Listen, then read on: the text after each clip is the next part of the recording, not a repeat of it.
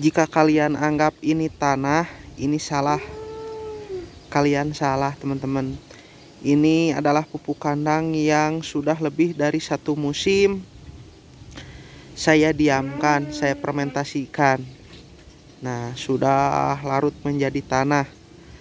Dulu sekali saya kasih M4 untuk menghilangkan bau, apa lagi ya, lupa lah. Cuma sudah saya tambahkan berbagai agen hayati lah. Tuh, bentuknya sudah lapuk menjadi tanah. Ini aslinya murni real 100% kotoran kambing. Dari sini nih, tuh sudah penuh lagi. Nah, ini tidak kita buang, tapi saya manfaatkan sebagai pupuk organik alami untuk tanaman. Jadi kita taburkan di lahan lumayan. Setelah ini semua selesai habis, diangkut kembali, kita tabur-taburkan di lahan pertanian. Ini yang di bawah sini kita pindahkan lagi kemari. Nah, selang beberapa hari, 1 sampai 2 minggu, langsung kita beri M4. Tuh, cacingnya besar-besar, teman-teman. Ini sangat baik dan bagus sebagai pelarut alami kadar unsur hara yang terdapat dalam tanah. Nah, ini juga sedikit tabungan petani. Sedalah harus teh. Nah, kita taburkan saja, kita konsentrasikan di tengah-tengah gulutan atau betengan yang akan kita tanami. Rencananya kita akan tanami cabai tengahnya, pinggir-pinggirnya masih dipikirkan apakah sawi, apakah kubis, atau apakah bawang daun. Tentunya kita akan memakai mulsanya juga mulsa bekas. Nah, kita konsentrasikan di tengah saja dulu, kurangnya nanti kita tambahkan. Nah, masih dalam tahap pembuatan pola dan pemberian pupuk. Nanti pola ini kita kasih sedikit dalam, supaya pupuk kandang yang kita berikan nanti itu masuk maksimal banyak, karena semakin banyak semakin bagus. Nah, jadi untuk kali ini saya tidak akan menggunakan pupuk postal, baterai, ataupun lainnya lah. Itu juga salah satu cara saya untuk menghemat biaya pengeluaran operasional pada pertanian. Nah, jadi kita manfaatkan apa yang ada. Jadi taktis lah, yang ada kita pakai, kurang lebihnya kita upayakan untuk segerakan mengadakan.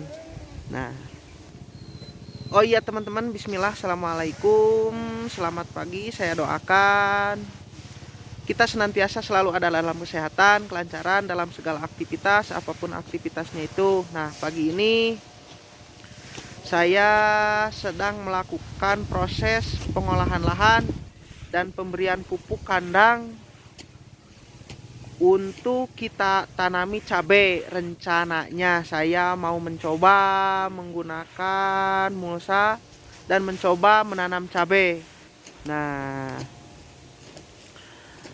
jadi saya masih belum tahu bagaimana, tapi saya usahakan dan upayakan. Yang penting kita awasi, cermati, dan kenali.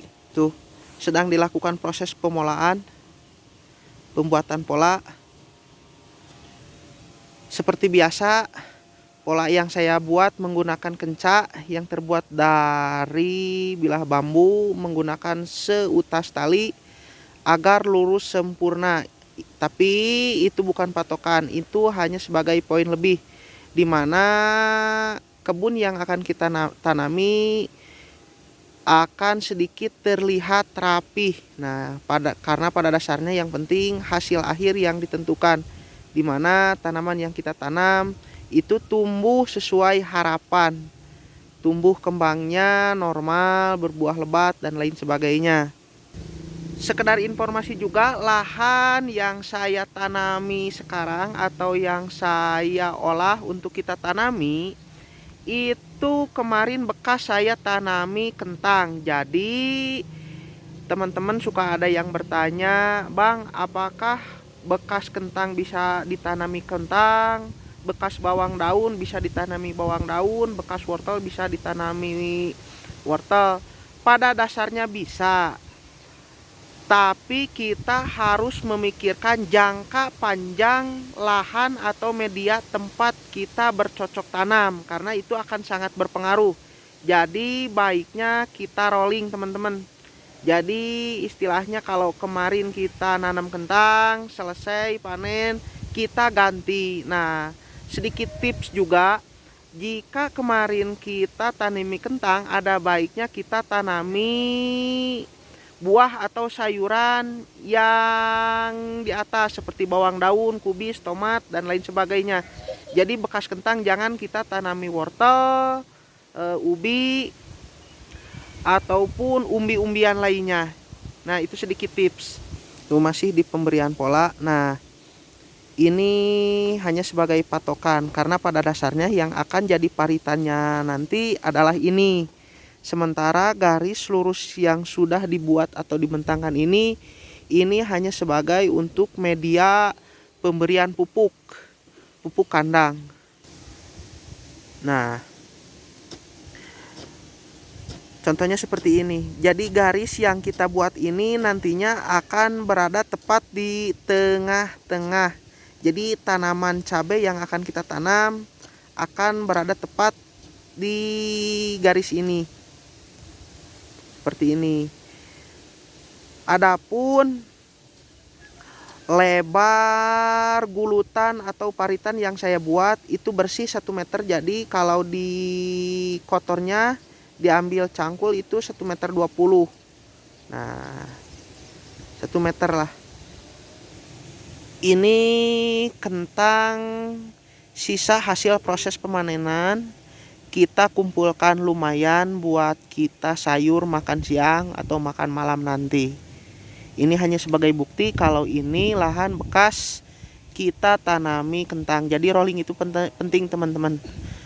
Tidak hanya di pestisida. Nah, ini proses pengambilan pupuknya. Jadi pupuk yang saya pakai itu murni pupuk kandang. Nah, jadi sekali lagi taktis lah.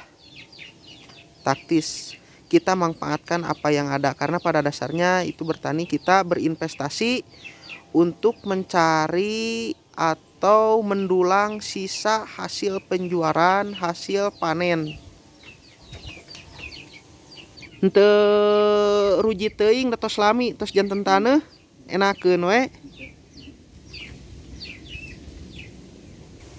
Kurang lebih posisinya seperti inilah. Tuh, kita tabur-tabur pupuk. Nah. Tuh. Adapun ini batang pisang, daun pisang dan semua jenis rumput yang ada kita timbun supaya nantinya akan menjadi pupuk alami atau unsur hara alami pada tanah yang akan kita tanami. Nah, dalamnya gulutan atau paritan tempat kita akan menyimpan pupuk itu bisa disesuaikan. Tergantung banyak sedikitnya pupuk yang kita akan berikan nanti.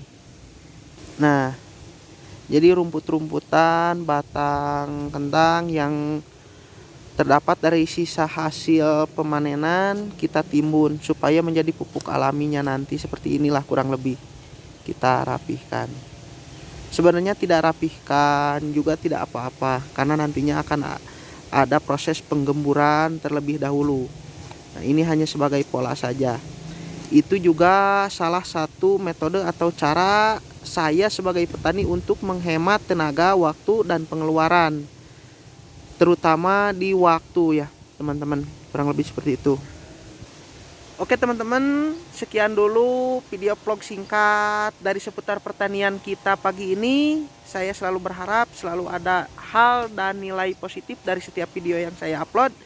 Sampai jumpa di lain waktu, di lain kesempatan, terutama di lain video.